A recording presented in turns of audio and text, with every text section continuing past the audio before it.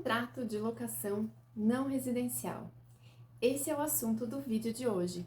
Seja bem-vindo ao meu canal, eu me chamo Angélica Rossi Silva, sou advogada em Direito Imobiliário e no vídeo de hoje vamos conversar um pouquinho sobre alguns aspectos relacionados à locação não residencial, ou então também conhecida como locação comercial.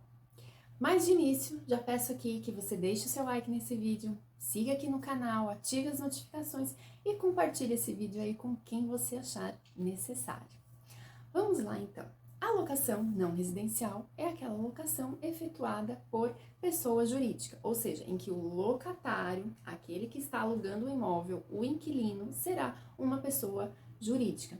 Seja ela um comércio, um hospital, uma instituição de ensino, uma instituição de saúde, um asilo, uma instituição religiosa, enfim, sendo uma pessoa jurídica, é uma locação não residencial. E aí, vamos começar então o assunto de hoje com uma pergunta, na verdade. Há prazo mínimo e prazo máximo para essa locação? A resposta é não. Não há um prazo mínimo nem um prazo máximo para esse tipo de locação não residencial. A lei de locações, ela deixa as partes livres para estipularem o prazo ali que acharem necessário, que esteja de acordo com os seus interesses para esse tipo de locação também. Essa disposição está lá na parte das disposições gerais da lei de locações, então ela serve tanto para locação residencial, locação por temporada e locação não residencial. Mas para o exercício de alguns direitos aí relacionados à locação não residencial, é importante a gente falar assim de um prazo máximo e um prazo mínimo. Vamos falar então inicialmente do prazo máximo, um prazo máximo de 10 anos. E por que esse prazo máximo de 10 anos? Porque a própria lei de locações, ela estabelece que um contrato de locação igual ou superior a 10 anos será obrigatório ter a anuência do cônjuge, então a autorização do cônjuge para a formalização desse contrato. Então, por isso que se estabelece um prazo máximo de 10 anos. Na verdade, até não cravado em 10 anos, né? Inferior, porque sendo igual a 10 anos, já é exigido essa autorização do cônjuge. E com relação ao prazo mínimo, por que esse prazo mínimo?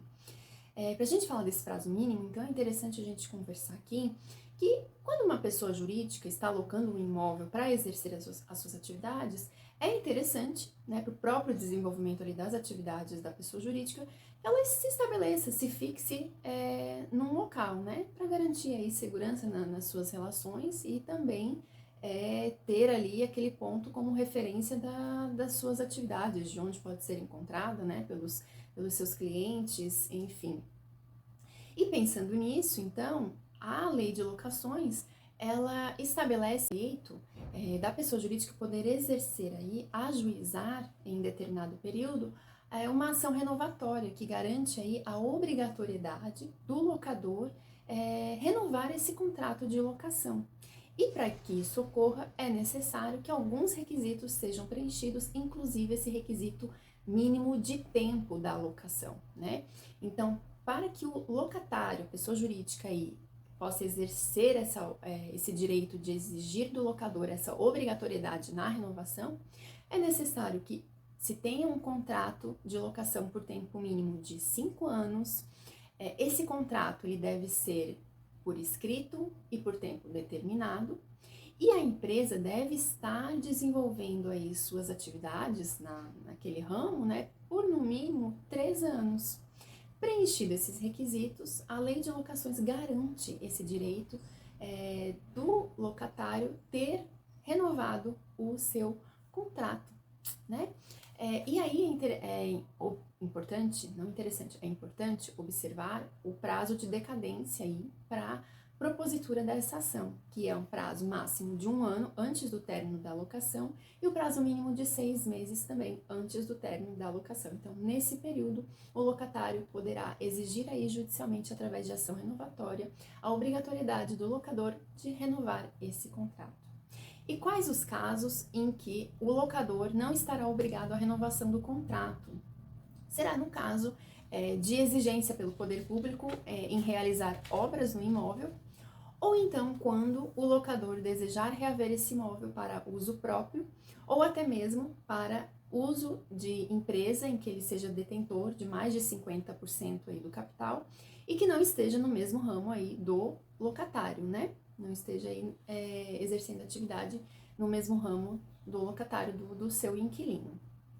Agora, nos casos em que a locação não residencial estiver aí destinada, o imóvel estiver destinado às atividades, por exemplo, de hospital, de unidade sanitária, de instituição de ensino e de saúde que estão autorizadas e fiscalizadas aí pelo poder público, de instituição religiosa devidamente registrada, de asilo. Então, para essas atividades, o contrato de locação ele só poderá ser rescindido nos casos de mútuo acordo entre as partes, infração contratual, ausência de pagamento dos aluguéis, né? Ou então quando for por determinação do poder público necessário realizar obras naquele imóvel.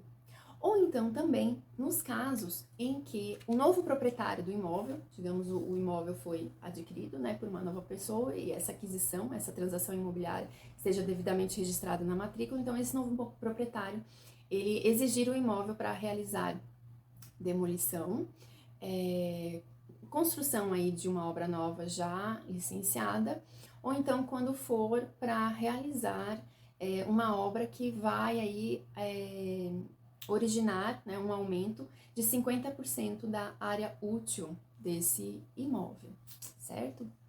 Outra questão importante relacionada à locação não residencial. Quando a pessoa jurídica locar um imóvel e esse imóvel for destinado ao uso dos seus diretores, dos seus sócios, dos seus empregados, essa locação também será considerada não residencial.